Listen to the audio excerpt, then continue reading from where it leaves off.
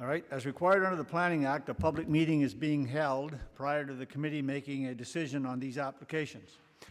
And to start things off, I will identify the committee.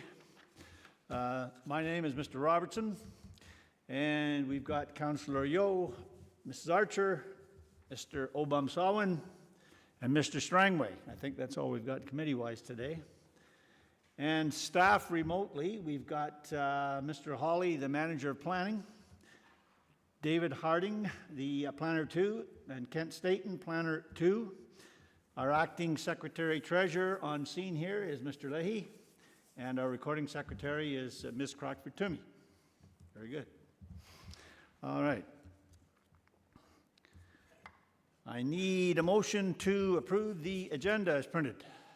Councillor Yeo, Mr. Strangway, any comments, questions?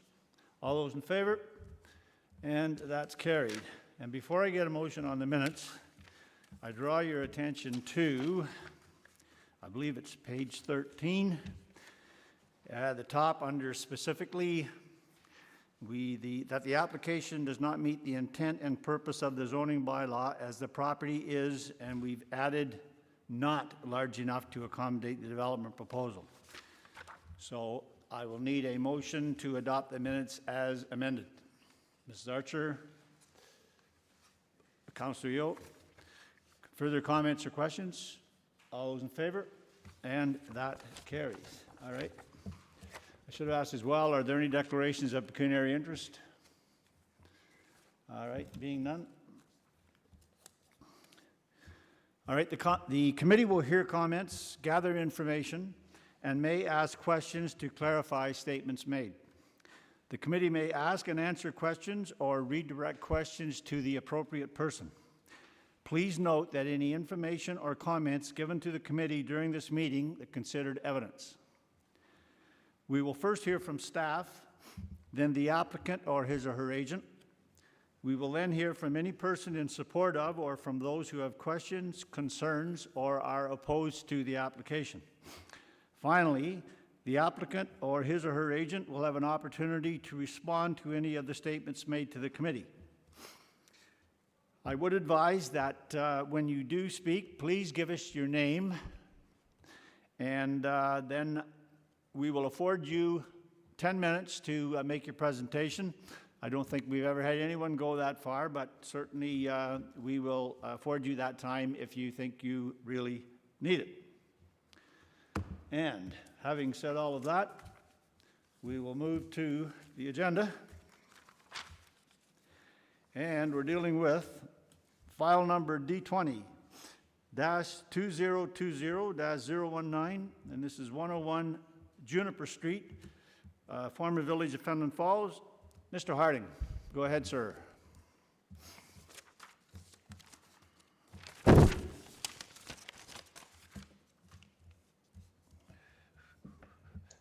Thank you, Mr. Chair. Good afternoon, committee. Let's just see if the slideshow presentation is going to work today. There we go. Progress. So this application proposes to permit an approximately 27.3 square meter addition to a single detached dwelling on municipal water and septic system. The addition will enlarge an existing bathroom. As a side note, Mr. Chair, if at any point you or the committee cannot hear me, please let me know. The webcam I'm using is in my office, which is in an open office environment. So the variance sought is to reduce the interior side yard setback from 4 meters to 1.8 meters. The subject property is located within the former village of Fenelon Falls on the south side of Fenelon River. So while the neighborhood is within the urban boundary, it has a rural residential feel due to the wide lots along this road, and there being development only on the northeast side of the road. The southwest side is for the most part vacant, or at the very bottom of the street here, occupied by the open space area for the Fenelon Falls Public School grounds. The addition as seen here, so the river is proposed on the south side of this drawing. So that's where the river is, and the addition is proposed on the eastern side of the house here. So staff is of the opinion that the proposal meets the 4 tests for minor variance. Lots on partial services are given increased interior side yard setbacks. The most likely reason behind this intent is to provide enhanced side yard setbacks to facilitate access between the front and rear yards in order to allow larger service equipment between those 2 yards to provide access to the septic system in this case. Sufficient space, as we can see here, remains on the west side of the dwelling to facilitate more wider access to the rear yard where the septic system is located if needed. The addition is placed in a location that makes minimal impact to the established front and rear yards, utilizing a relatively unused side yard. So now I'll walk you through some of the pictures here. So here we have the subject property in both images. The image on the left is from the driveway entrance, looking in on an angle. And then we have the image on the right, which is showing more prominently where most of the front face of the dwelling is with respect to facing the road. And on the right side of that image, where the addition is proposed on the side of the dwelling. The image on the left is a picture standing kind of beside the garage that leads out to the road from the subject Just property. hold So on you a can minute, see just how Mr. wide- Harding. Why am I hearing another voice? Oh, probably because it's an open concept office. If you'd like, I can, oh, the phone has been hung up. Okay, if this continues to become a problem, I can switch over to the regular phone for the audio component, but you'll have to bear with me for that changeover. So we have a relatively wide side yard here on the western side of the dwelling, where access can be obtained to the rear yard. The image on the right shows, again, from the front yard where the addition is proposed to the dwelling in relation to the dwelling to the immediate southeast. Through discussions with the owners, they are looking to retain as much of this cedar hedge as possible, which runs between both properties in order to maintain privacy between those lots. So here we have a picture of the dwelling from the rear yard or the shoreline side, looking back up towards the road. So again, the addition is proposed on the left side of the house in both images. And then we just have a couple of shots of the lots on either side.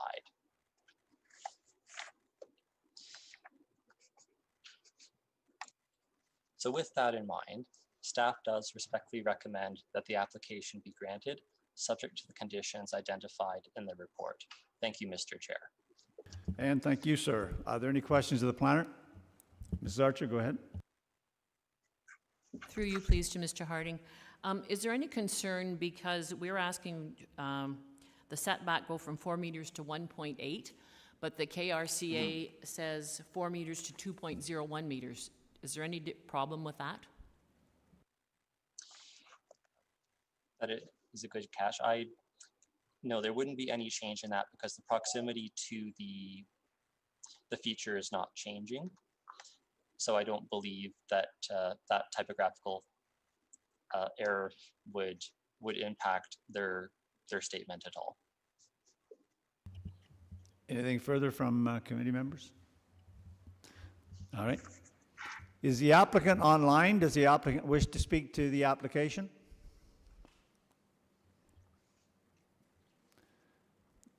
All right.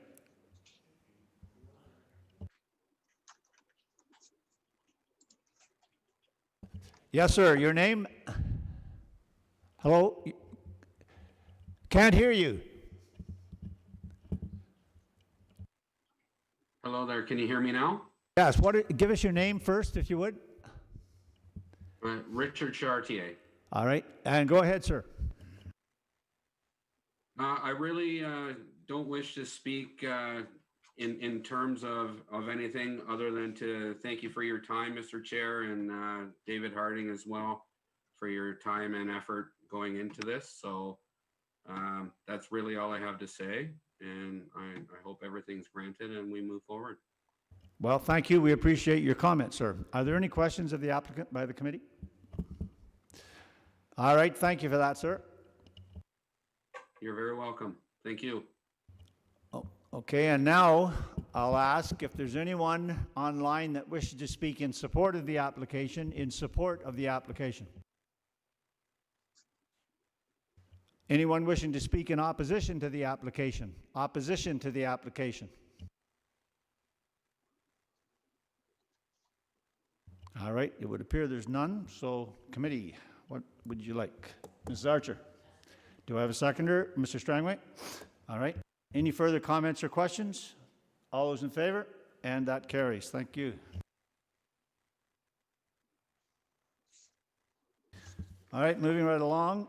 We're now dealing with 95 Kennedy Drive, Geographic Township of Emily, and this is Mr. Harding again. Go ahead, sir. All right, thank you, Mr. Chair.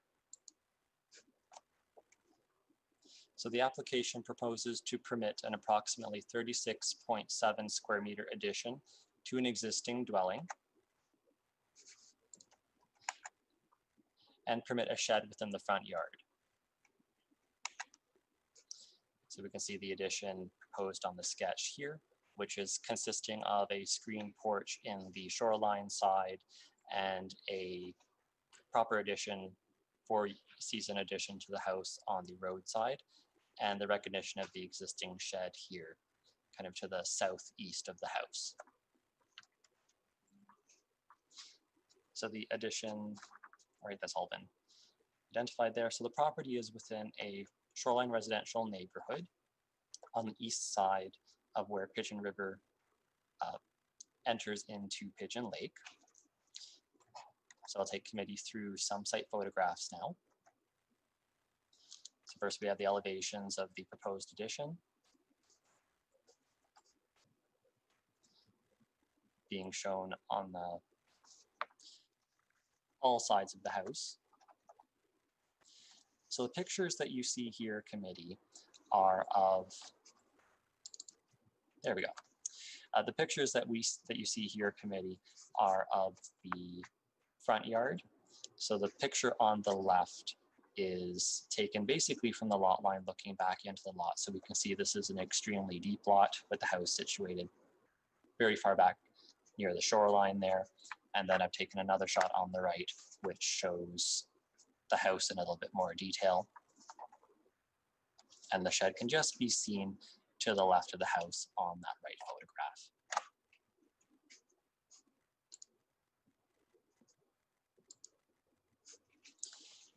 And then we have a couple more views of the shed here. So we can see it set back into some vegetation near that interior side lot line. And in relation to that first image, it's not very visible from the road at all. And here's a shot looking in front of the shed back out towards the road, just so that you can see the vegetative buffering that does exist on this parcel along the front lot line. So here we have some shots of the interior side yard where the addition is proposed to the house. So you can see that we do have a lot of vegetation between this lot and the lot to the south. And then two shots from the shoreline side. So the first one, just a full-on image of the house standing at the water. And then the image on the right is an approximation of the massing of this addition. And then we have two other shots of the rear yard showing just how the proximity of this addition to the shoreline in relation to the existing. So staff is of the opinion that the proposal meets the 4 tests for minor variance. The addition is in line with the existing deck that runs around the back end side of the dwelling and is no closer to the water than the existing dwelling, which is at a slight angle to the shoreline. The interior side yard where the addition is proposed is generously sized and is not currently being utilized. So this makes ideal sense for the location of an addition, and the addition will comply with the interior side yard setback requirement.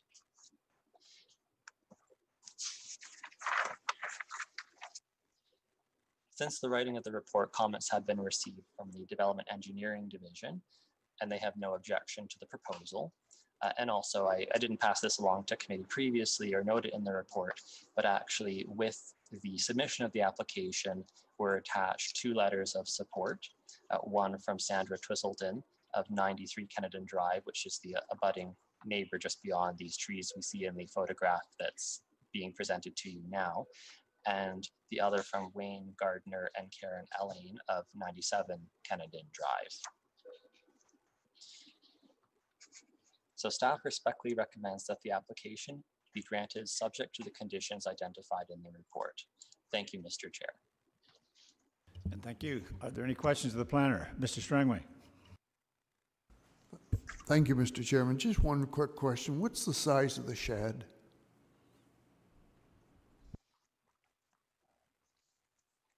I'll have a look at the application if committee will bear with me for a moment.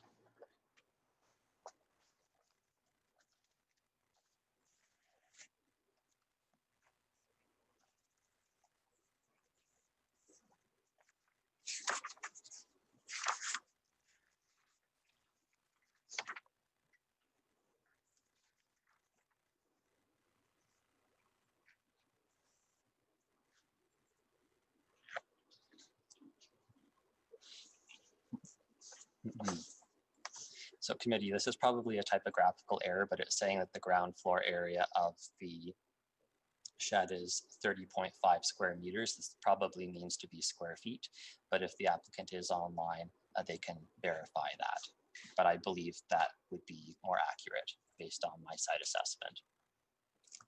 Oh, thanks, David. The only reason I asked the question is if it's less than 108 square feet, does an applicant even need a permit for a shed?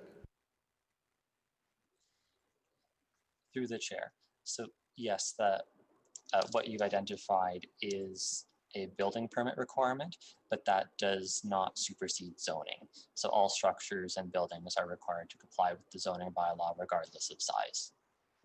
Thank you. Anything further from committee? Mrs. Archer? Through you, please, to Mr. Harding. Should we add something in about the sewage requirement as well in the conditions? We just have this letter I see from Ann Elmhurst.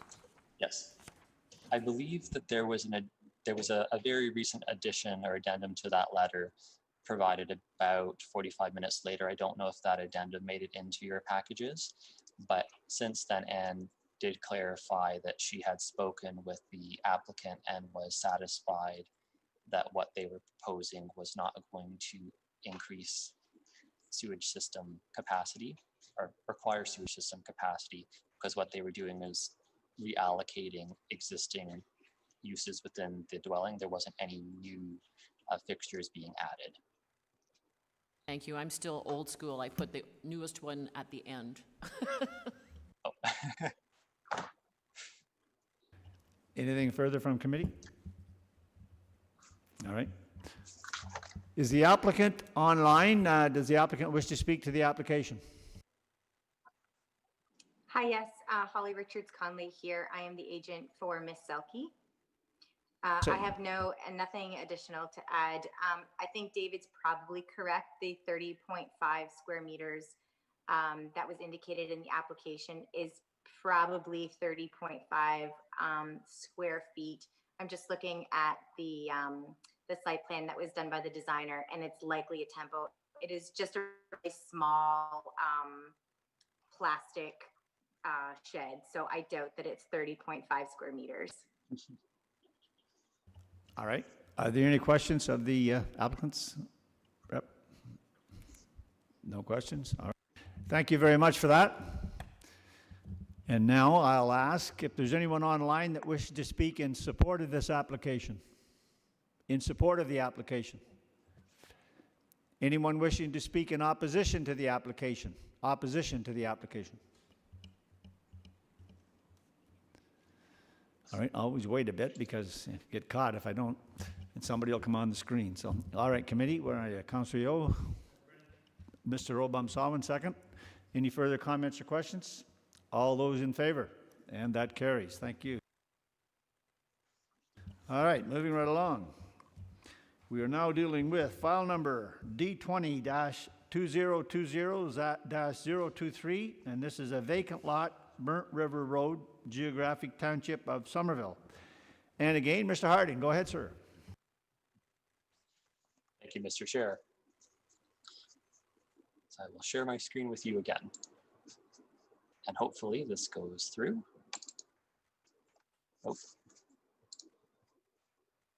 Try that one. That's looking better. Okay, so this application proposes to permit the development of the parcel by recognizing the reduced lot area. We're going from about 1,100 square meters down to 815.2 square meters, and by permitting a reduced dwelling unit size, going to 57.4 square meters down from 60 square meters.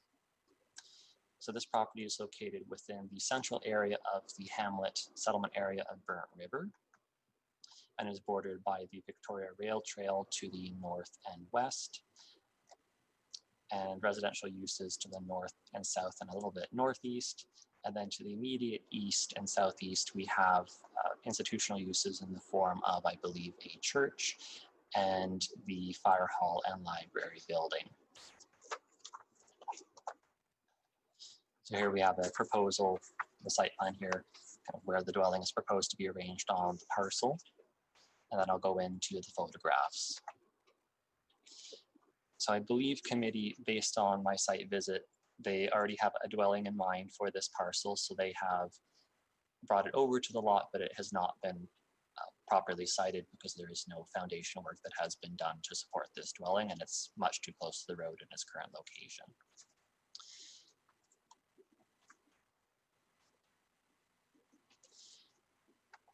So this is two shots kind of showing head on the size of the parcel, and then I'll show you a couple of others here. So this is showing the backyard of the parcel.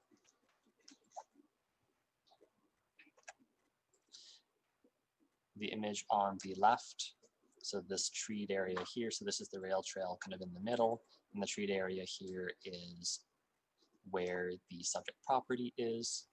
And then I pivoted slightly to the right, looking more west, and we have a dwelling there. And this is just walking a little bit further north up the road to capture the dwelling unit sizes here. And this is the church type building across the road, and then the fire hall library as well. And then we have some shots of dwellings that are on the same side of the road, but immediately south of the subject property. So based on what they're proposing here, it's very much in keeping with the size established by a fair number of these other dwellings along Burnt River Road. They are also very modest in size, increasing the footprint by another 2.6 square meters to comply with the minimum dwelling unit size requirement really isn't going to do much in terms of adding mass to this building. Since the writing of this report, comments have been received from the Development Engineering Division, noting no concerns with the proposal. I do note to committee that I would like to make a slight change to my recommendation, specifically condition 1. So the report number that's referenced in that condition should end in 027, not 023. Staff respectfully recommends that the application be granted, subject to the conditions identified in the report. Thank you, Mr. Chair. Thank you, Mr. Harding. Are there any questions of the planner? Ms. Archer. On page 3 of the report, item 3 under rationale, it says provided the building division has no concerns with the proposed servicing. Have we received a report from them? We have not. this point, I'm still very confident that they can be serviced based on the sketch that they have provided. But if committee wishes, we can also insert a condition to that effect. Keep that in mind, Mrs. Archer. Further questions of the planner?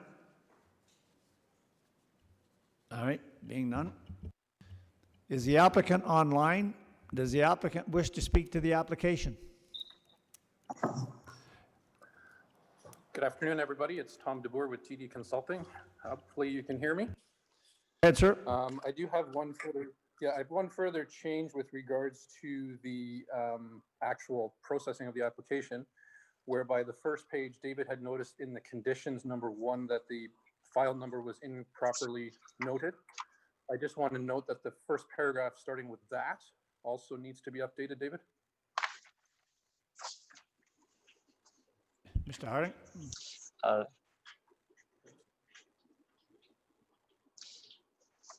Mr. Chair, can I seek clarification on that question or comment? Absolutely. Sorry, so the first sentence above the word conditions. Yep. Also has the file reference as 023, not 027.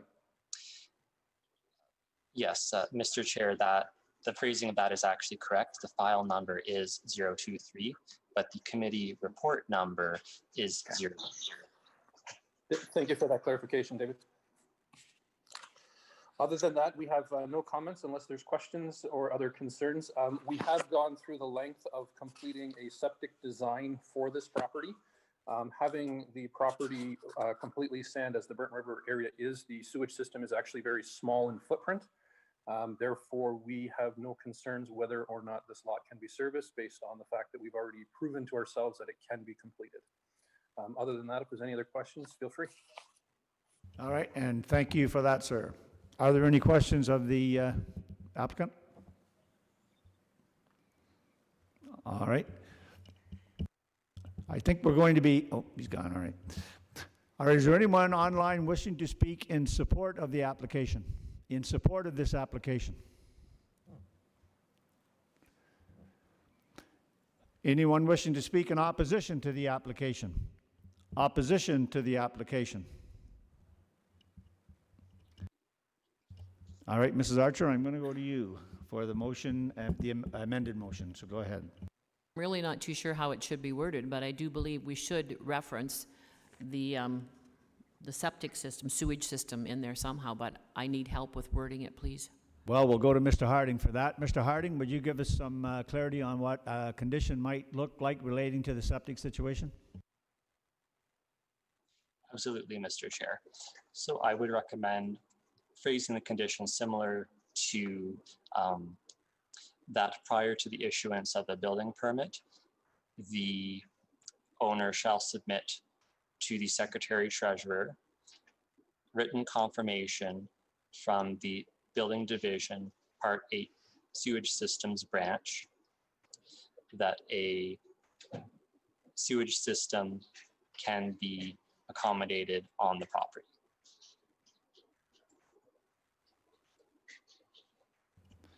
You are very good, sir.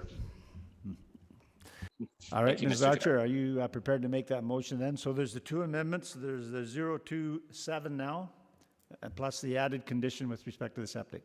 So All I right. move that, please. Is everyone clear on committee as to what's going on? All right. The seconder, Mr. Obam-Sawant. All right. Are there any further comments or questions?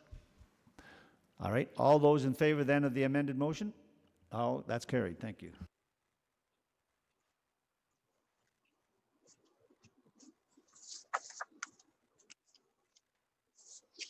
And we just keep motoring here. We now are dealing with file number D20-2020-025, and this is 231 Corbett Drive, Geographic Township of Manvers. Mr. Stainton. Thank you, Mr. Chair. Where are you? We don't see you. I will start my video. Hello. Sounds.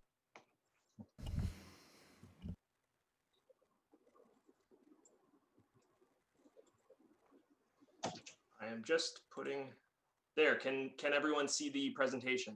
Yes. Excellent.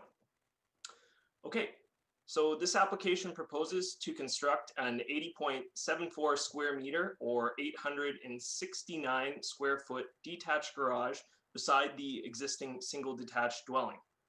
Relief is required for a reduced side yard and front yard setbacks. An existing shed and breezeway from the dwelling unit will be demolished in order to accommodate the garage. The subject property is situated in a residential subdivision north of Pontypool. Based on MPAC data, the homes were built in the mid-1980s and reside on modest-sized lots, as shown from the aerial photo. Side-split dwelling configurations dominate the design within the neighborhood. Noteworthy is the fact that the majority of the homes along Corbett Drive are similarly constructed with either attached garages or garages connected via breezeways to the dwellings. The proposed detached garage would essentially mimic both the location and the designs occurring along Corbett Drive. Here is a site plan of the proposal showing the proposed location of the garage. Note the location of the tile bed as a constraining factor to the north of the proposed garage location. Next, we have a couple elevation drawings of the garage. I'd like to point out that the garage is actually shorter in height than the height of the dwelling itself. These are, again, west and east side elevations of the garage.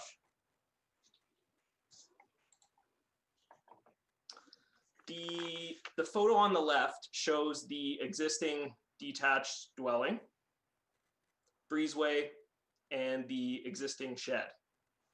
The photo on the right illustrates the proposed location of the detached garage with the existing shed structure to be removed. As mentioned previously, the two dwellings on either side of the subject property have configurations similar to that proposed through this application. To the north of the proposed garage, the property drops off considerably with a vegetated bluff dropping down to a larger rural residential lot to the north that fronts onto Telecom Road. The location of the existing septic system, as previously shown in the site plan, prohibits the footprint from being set back any further from Corbett Drive. The eastern boundary, including the lot line from the terminus of the garage to the street, contains a well-established hedge, as shown on the left, that effectively screens the garage from the neighboring property. A wooden fence along the property line also provides a spatial barrier. Since there are no windows on the western side of the neighboring dwelling and no structures along the western side of the neighboring property, no adverse massing or accessibility impacts are anticipated through locating the garage in the exterior side yard. The photo on the right shows the current side yard setback to the eastern property. So here's the edge of the shed and the eastern property line along here. Again, the photo on the left shows the western face of the neighboring property to the east, and then on the right, the current spatial separation between the existing breezeway and the detached shed. The photo on the left shows an approximate setback from the front property line to the south face of the garage. While the zoning bylaw requires a minimum front yard setback of 15 meters, the proposed garage setback of 10.68 meters from the front property line will essentially be imperceptible and follow the established building line of the adjacent lots, representing no greater encroachment into the front yard setback than the adjacent development has already established. The 1.6 meter side yard setback leaves adequate space between the proposed building and the side lot line for maintenance and drainage purposes. The proposal also maintains a 1.5 meter setback from the dwelling unit, which exceeds the 1.3 meter setback required, and maintains accessibility to the rear yard. The presence of mature vegetated screening, as shown on the right, greatly assists in ensuring no massing or land use compatibilities arise from the size of the garage, as again, the building is adequately screened from both the neighboring property and Corbett Drive. The photo on the left shows the rear yard, including the location of the septic system, which is approximately right here. As you can see, the lot drops off right at about this point. There is a significant bluff that further goes towards the north. Rear yard amenity space is preserved through the location of the garage. On the right, the side yard is maintained through gated access to the rear yard. The small coverall structure, which you can barely see beyond the fence here, currently houses some items that will be relocated into the garage upon completion of construction. A condition is recommended in order to confirm the removal of the structure upon the final inspection of the garage. Comments were received from Building Division, Engineering and Corporate Assets Division, and from Part 8 Sewage Systems Supervisor, with no concerns with the proposal. Staff respectfully recommends approval of the application subject to the conditions of the report. Thank you. Thank you, sir. Are there any questions of the planner? All right, being none, is the applicant online? Does the applicant wish to speak to the application?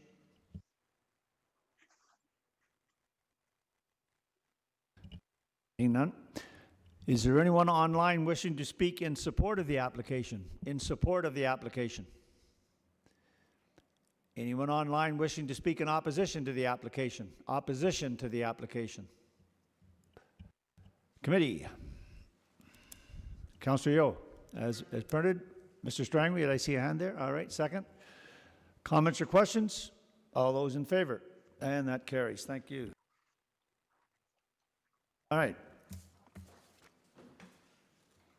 Moving right along, we're dealing now with 152 Island Drive.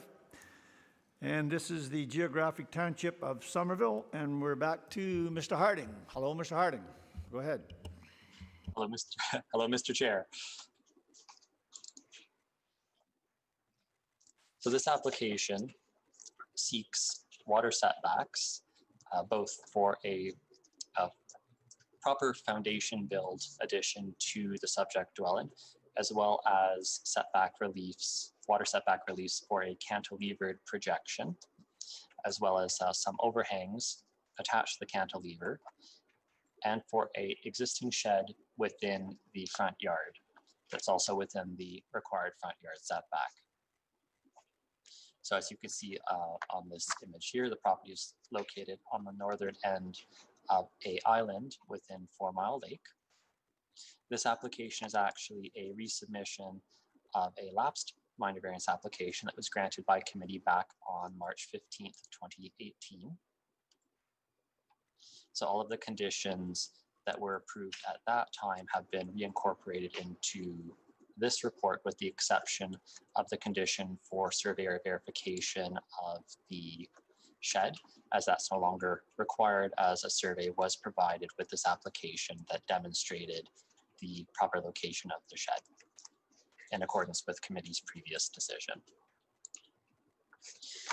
So here we can see the existing house on the sketch, and then we have a proper foundation addition going here that's going to be 2 stories to match the 2-story or 1.5-story current situation with the existing dwelling.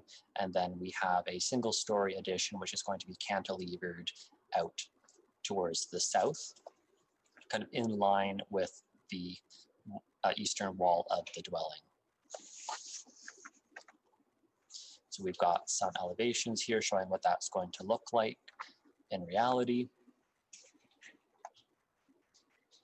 And then we'll head into the site photographs after we go through the floor plans.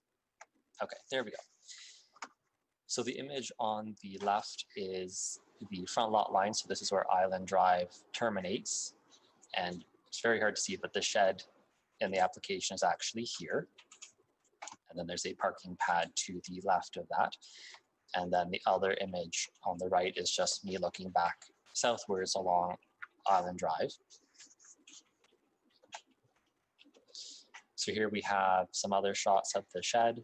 So the one on the left shows the Island Drive road allowance on the right-hand side there, as noted by the bins for garbage pickup and recycling. And then what I've done is walk down to the truck and have taken a photograph looking back the opposite way on the right-hand side. So the lot line committee runs somewhere not too far behind where this planter box is that's closer to the road. Probably somewhere between the planter box and the larger cedar tree there, closer to the cedar than the planter box. And here we have some pictures of where the addition is going to go. So the applicant or the owners went out and actually tied some rope for us so that we could see and visualize where this was going to go.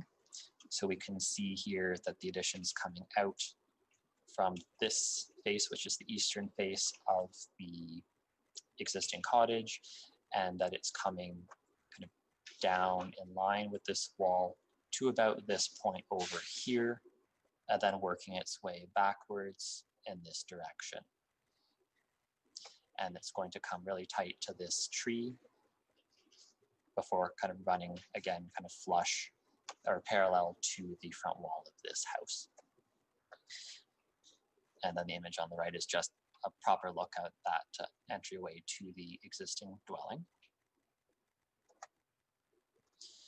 And then we have some shoreline shots. So the addition in both images committees kind of proposed to the right of the cottage shown there, back up in the woods there.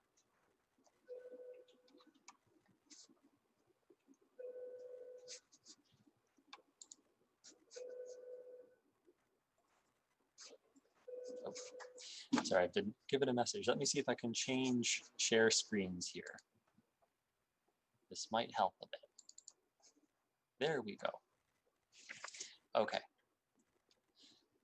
Just for committee's information, when you have a dual screen setup, which I do here in the office, when you do a PowerPoint presentation, it actually gives you two almost identical slideshows to look at.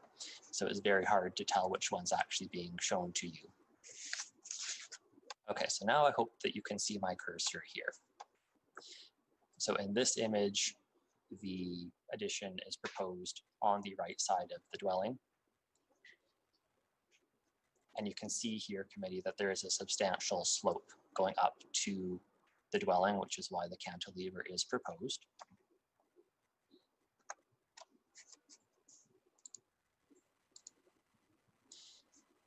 So I've gone out on the dock to look back towards the shoreline. So that's of the dwelling on the subject property on the photograph on the right. And you wouldn't even really be able to see the addition from this angle because of where the dwelling is placed. The image on the left is just rotating and looking a bit further north and showing you that natural shoreline. Oh, and that was the final one. So I will go back to this image then to continue discussions here.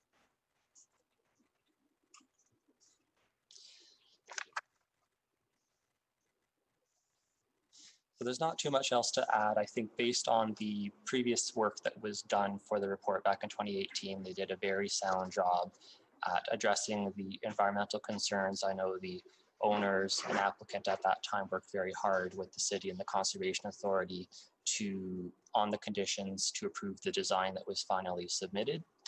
There was a lot of back and forth there. And I think we have a very good product as a result of all of those prior discussions. And just going back to the shed again, since that's been identified too as something that needs relief. It's very modest in area. It's not anticipated to generate any impacts, any adverse impacts with respect to its proposed location in the front yard that close to the road allowance. So since the writing of this report, comments have been provided from the Development Engineering Division, noting no concerns with the application. And we also received comment from a Mr. Cutts, who I believe lives somewhere close by, but did not provide his actual address. Mr. Cutts was seeking clarification on what was proposed in the application and what was happening with the existing parking area. So as committee will see in your amended agenda packages, I did respond to these questions and comments. So staff respectfully recommends that the application be approved, subject to the conditions identified in the report. Thank you, Mr. Chair. Thank you, Mr. Harding. Seeing as how you've got 8 conditions there, did you wish to speak to or clarify in any way any of those conditions? Mr. Chair, I don't think at this point that I need to, other than to say, or to reiterate what I said in the presentation I just did right now, which is all of these conditions were identified through discussion with planning, KRCA, and the owner applicants back in 2018, which is how we arrived at those conditions in that form. Before I go to committee, do you know why the application was allowed to lapse? I'm not entirely certain, Mr. Chair. I believe the applicant is here. I think a lot of it had to do with the availability of contractors and the timing and the season as to when they were available to start work. All right, thank you for that. Any questions of the planner? All right. Is the applicant online? Does the applicant wish to speak to the application?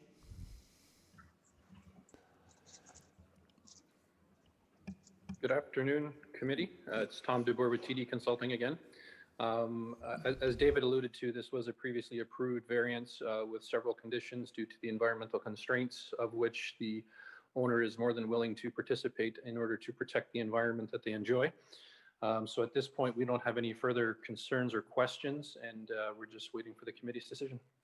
All right, just a question, sir. Do you know why the application lapsed in the first place?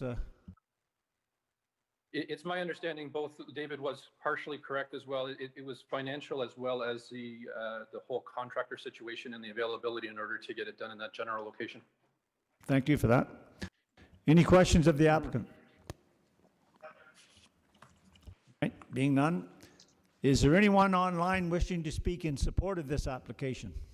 In support of the application?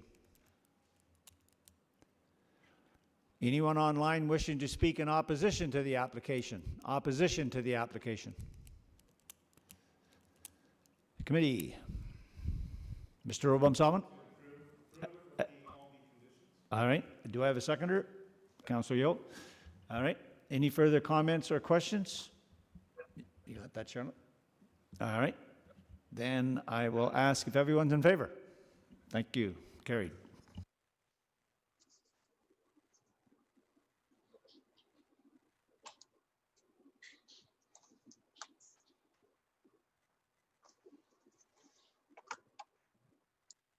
All right, we're now dealing with file number D20-2020-027, and the location is 144 Ballpoint Road, Geographic Township, Maripasa. Mr. Stainton, and you have an amendment here you're asking for a deferral. Do you want to speak to that, please? Thank you, Mr. Chair. I'm just going to reiterate the contents of the memo that I provided committee relating to the request for deferral. On September 2nd, 2020, the Building Division, Part 8, Sewage Systems staff provided the Planning Division with a letter identifying that the application in its current configuration cannot be supported during the pre-circulation associated with the application. A site visit was conducted by building staff, which identified that the current system is older and cannot accommodate the additional use proposed through the addition to the existing single detached dwelling. The supervisor of Part 8 Sewage Systems has advised that the proposal be scaled back or a new septic system be installed in order to accommodate the proposal as currently proposed. Planning staff are supportive of this request and are requesting the committee to consider deferring the application for a period of no more than 4 months, returning at the latest to its first meeting in January 2021. It is understood that the applicant is to install an appropriately sized tank, and staff do believe the application can be brought forward sooner. Thank you. All right. Has the applicant been part of the discussions with respect to this deferral? Through you, you, Mr. Chair. Yes, absolutely. The applicant is aware and is confident in their ability to submit a product that can be brought forward in the near future. All right, thank you. Is the applicant online? Does the applicant wish to speak to the matter?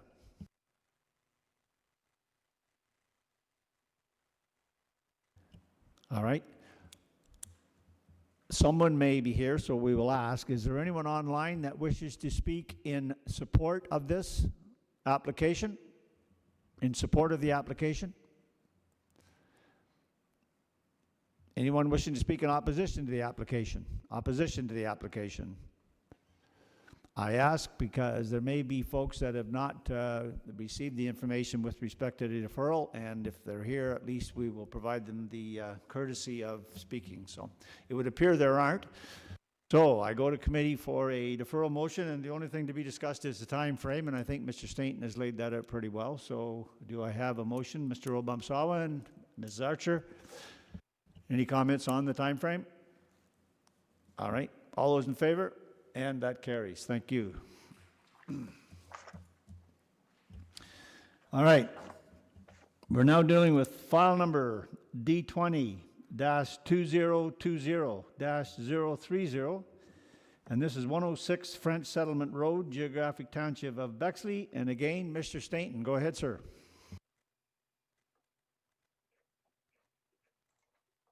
Thank you, Mr. Chair. That is not where I wanted to be. I apologize for this. There, that looks better.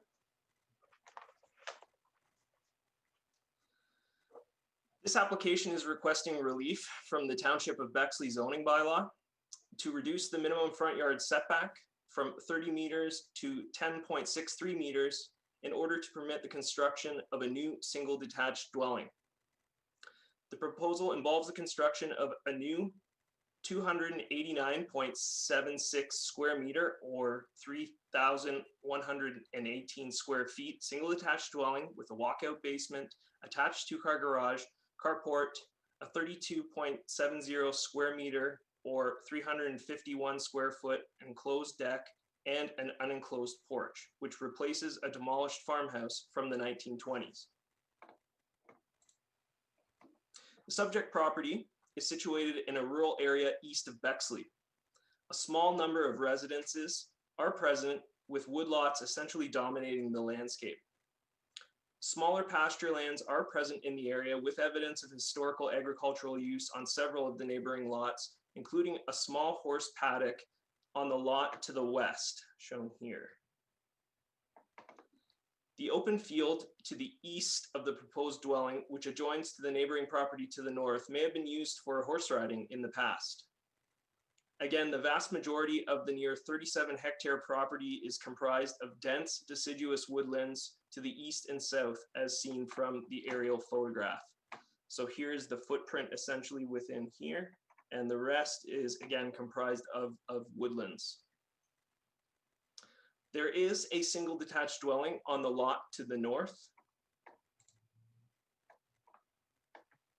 This slide shows the site plan of the proposal with the two-car garage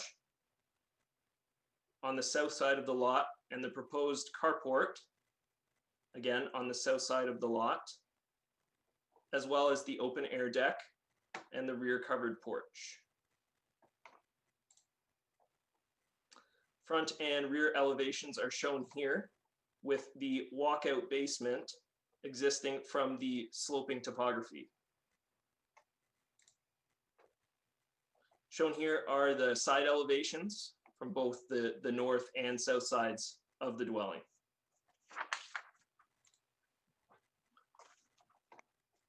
The land is relatively flat, as shown in the photo on the left, in the northwest corner where the dwelling is proposed, before sloping considerably to the southeast.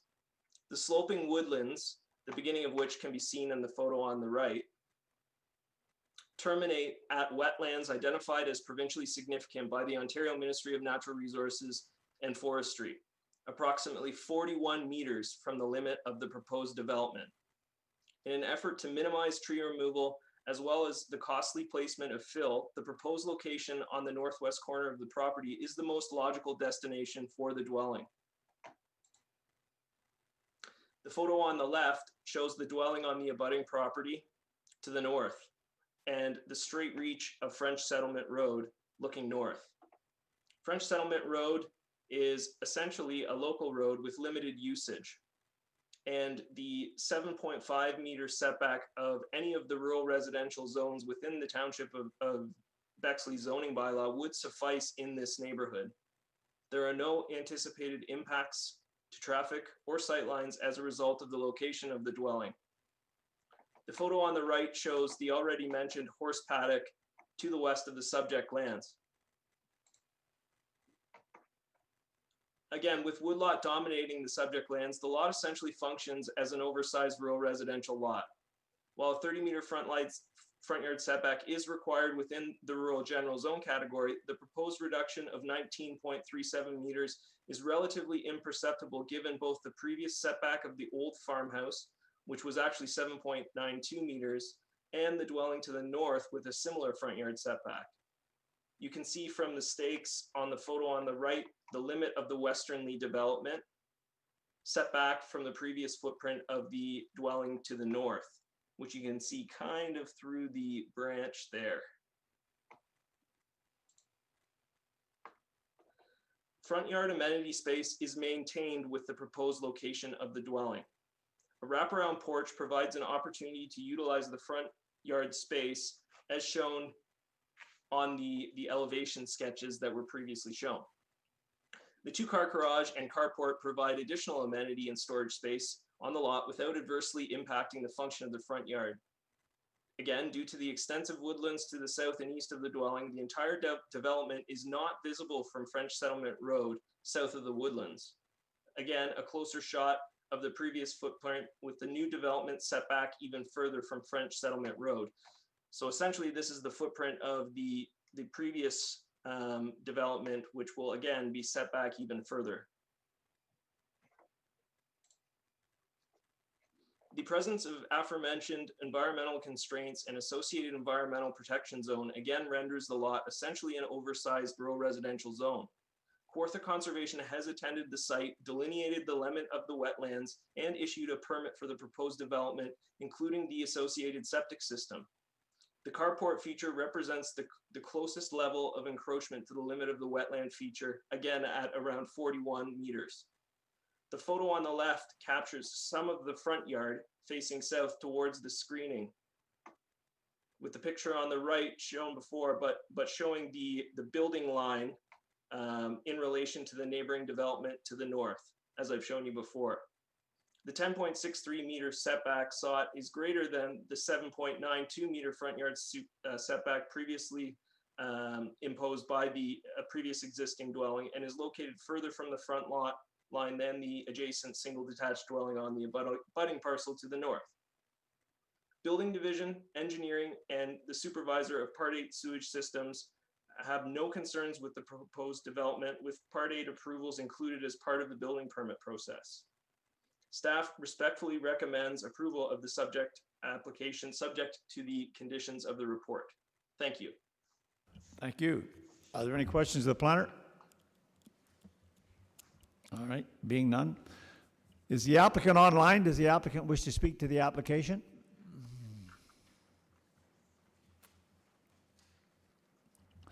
All right, being none. Is there anyone online wishing to speak in support of the application? In support of the application? Anyone wishing to speak in opposition to the application? Opposition to the application? All right, committee, Councillor Yo, Mr. Strangway. All right, any further comments or questions? All those in favor? And that carries, thank you. All right. And let's see, last but not least, we're dealing with a previously deferred application, and this is file number D20-2020-013 revised.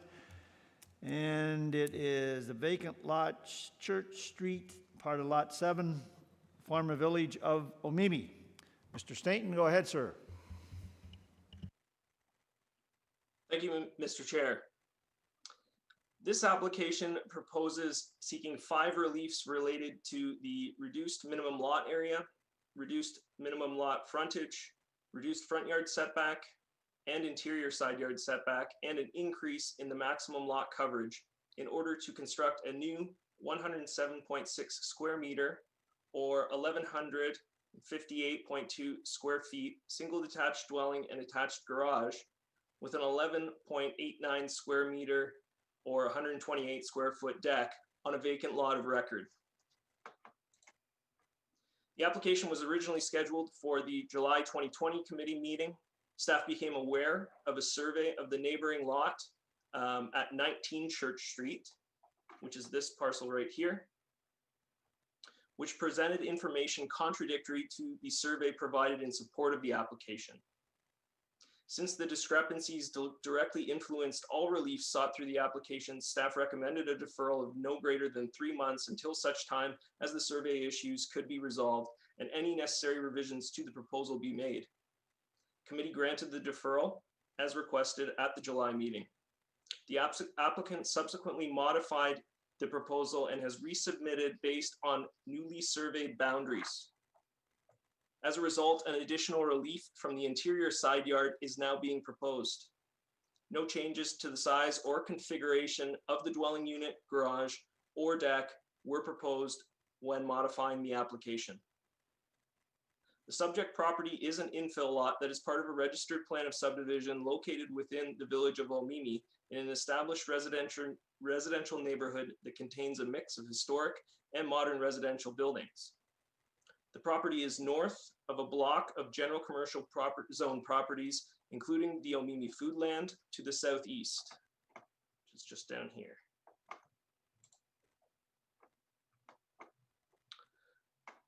Here's a site plan of the proposal showing the proposed location of the dwelling and the attached garage and the attached deck. I would like to note that the property will be serviced by municipal sewer. Elevation drawings are provided here with a rendering of a single-story dwelling from the front and west. So that would be the front right here and the western elevation shown here.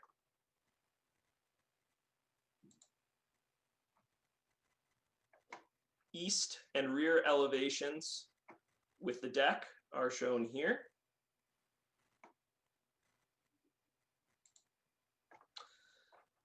Here is an overview of the vacant lot looking to the north from the front and south from the rear of the lot.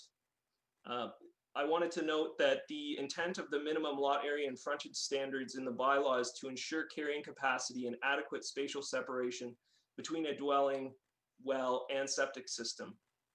Again, the subject lands were created as part of a registered plan of subdivision that predated the Village of Omemee zoning bylaw.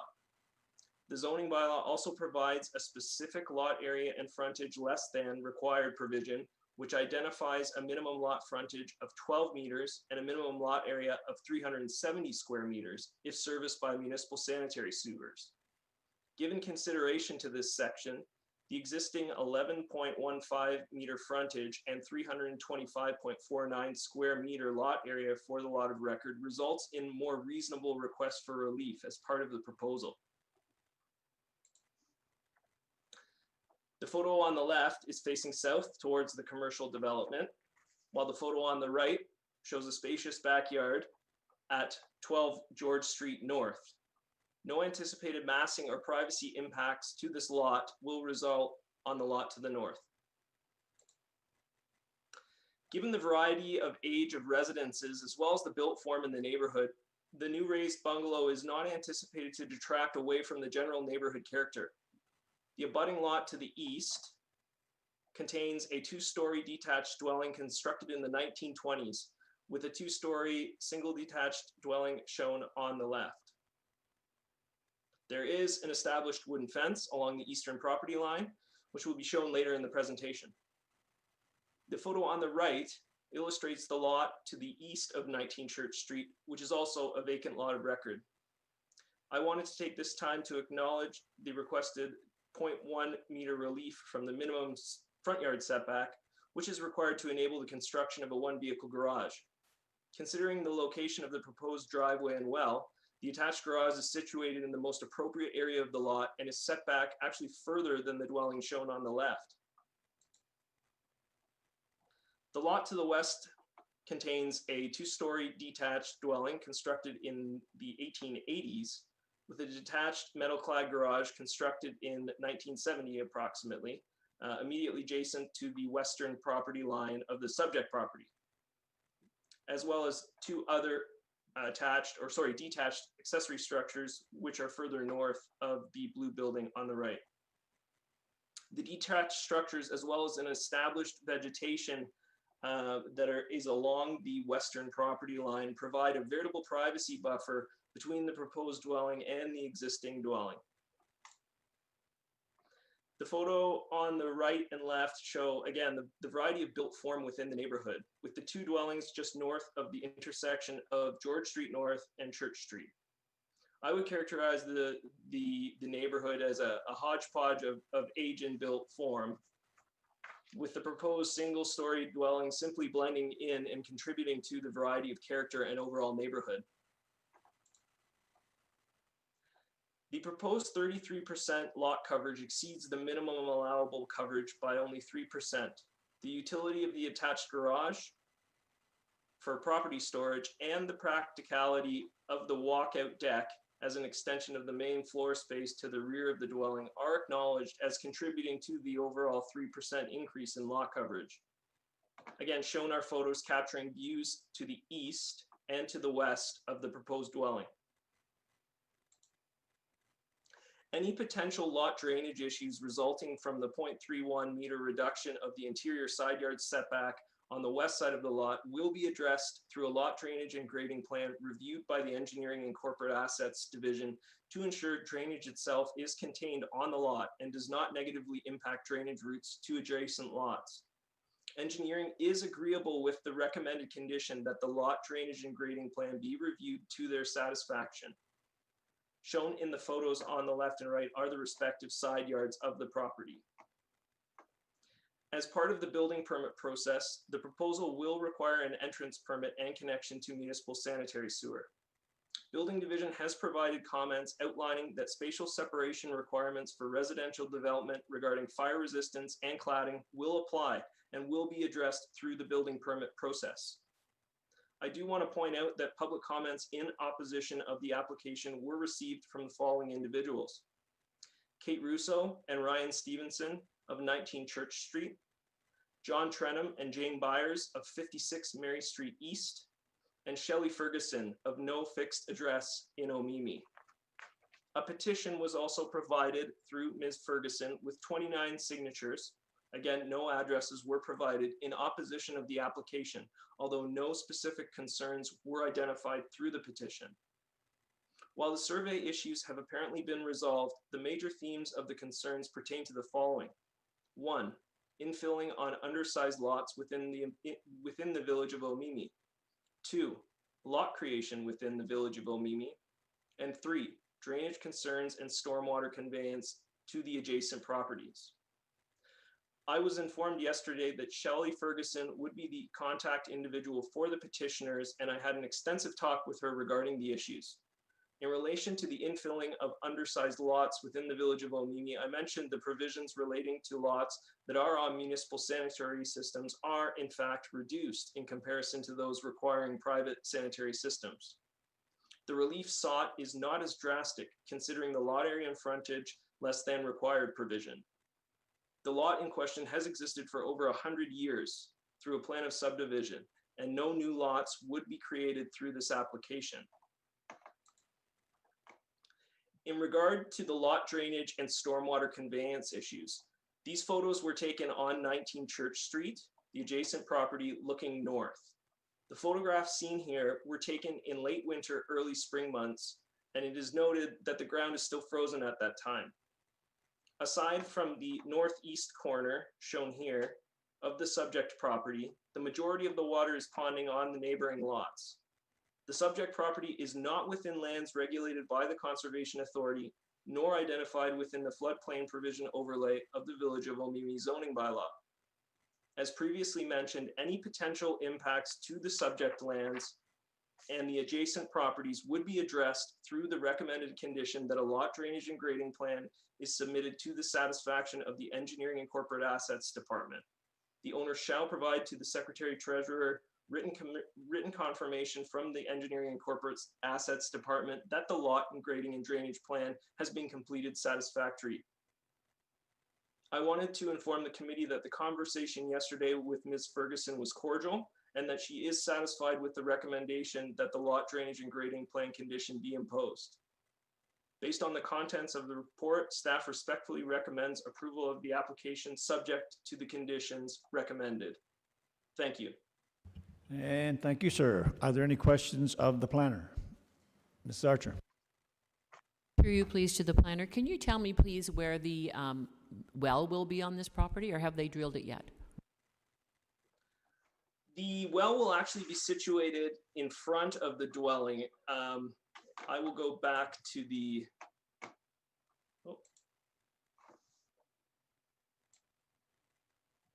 I will show you the site plan. The well is actually located around this area, I believe. It has been drilled already? I believe it has, yes. Any further questions of the planner? Mr. Strangway? Thank you, Mr. Chairman. Kent, some of the photos taken are a little bit of a concern. Are you confident that a drainage plan can be put in place for this lot and meet the needs of both the people, the new residents on the lot and also the neighboring homes?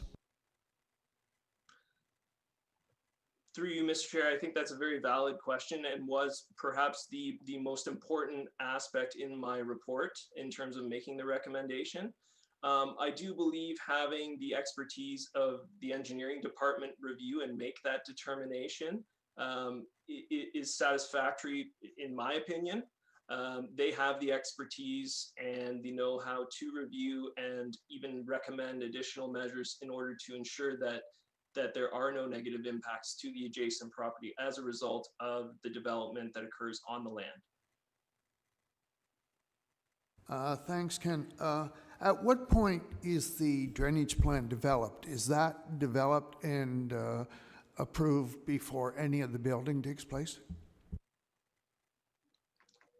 Through you, Mr. Chair, because this is a vacant lot of record, a lot drainage and grading plan would be required and would be typically reviewed at the building permit process.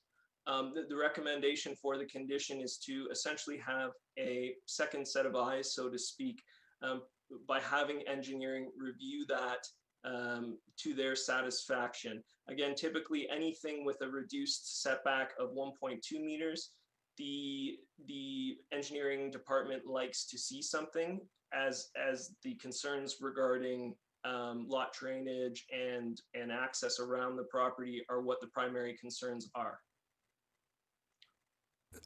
If I may, Mr. Chair, so what you're saying is that the drainage plan would be developed before the building starts? Through you, Mr. Chair, yes, that is absolutely correct. Thank you. Further questions of the planner? I have a question for you, Mr. Stainton. I noticed on page 5 of 6 there, under servicing comments, as part of the building permit process, the applicant will be required to obtain a connection to the municipal sanitary system.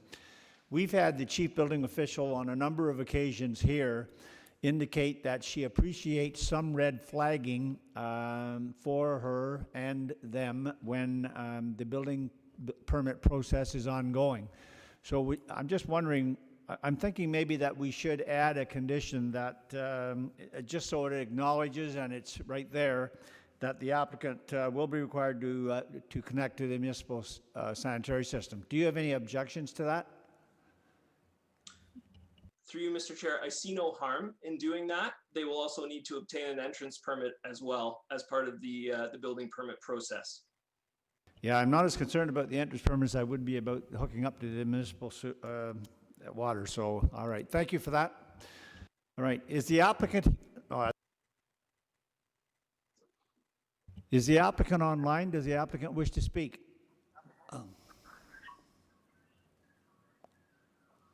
Good afternoon, committee. It's Tom DeBoer again. You're a busy fellow today, sir. Everybody can hear me there? I certainly am. I have to thank planning staff for this file. We've been through this one a few times now, and I believe that they've done a great job. I have no objections to the additional commentary that you had provided to their chair, as well as additional conditions. We have no concerns with those at all. And if there's any additional questions of the applicant, by all means, feel free. Otherwise, we're quite satisfied with the results. Thank you, sir. We appreciate your time. Any questions of the applicant? All right, being none. Is there anyone online that wishes to speak in support of this application? In support of the application?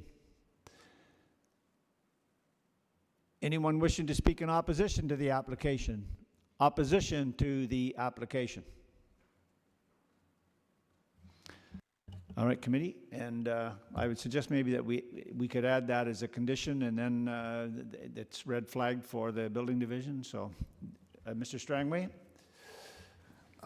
As printed with the additional condition that they're required to hook up to the municipal sewer system, Sanitary system? sanitary system. Yep, thank you. Is there a seconder, Mr. Obamsawan? Any further comments or questions? All those in favor? And that carries. Well, I think we've exhausted everything on the sheet, so very good. Before I go any further, I just want to compliment everyone, and especially accolades to you, Mr. Holly, because I know you and I had discussions over the period of the month between these meetings as to the problems we were incurring, and it certainly seems that you've been able to correct them all. So I really appreciate your efforts there, and as well to everyone around. It looks like we finally are starting to feel a little more comfortable with these meetings. So again, thank everyone, and especially Mr. Holly, thank you. All righty. Thank you. Just wanted to say to the IT department, I know webcams are in shortage, so they got them for us. It took a while to get them, but we have webcams for everyone in the office. So not only is Committee of Adjustment going to work better for us, but Planning Advisory Committee and Council will as well. So we're very happy with the results. So thank you. It was a great meeting. No, I agree totally. I think we were able to hear everyone correctly, and I'll be honest with you, it's very nice to have the planners on the screen so you can at least attach a picture to the voice. So yeah, no, I felt very comfortable today. I think it's starting to work out, and I can assure you that was not the case with the last couple of meetings from my perspective anyway. So anyway, thanks to everyone again. All right, so no other business. All right, no correspondence to deal with. The next meeting, well, before I do that, I'm not going to get ahead. Under other business, is there anything from any of the committee members? No, I didn't see any hands. That's why I just carried on. All right. So the next meeting is Thursday, October the 15th, 2020 at 1 p.m. in the Council Chambers, City Hall. A motion to adjourn. Mrs. Archer, Councillor Yo, all those in favor? And that carries. Thank you.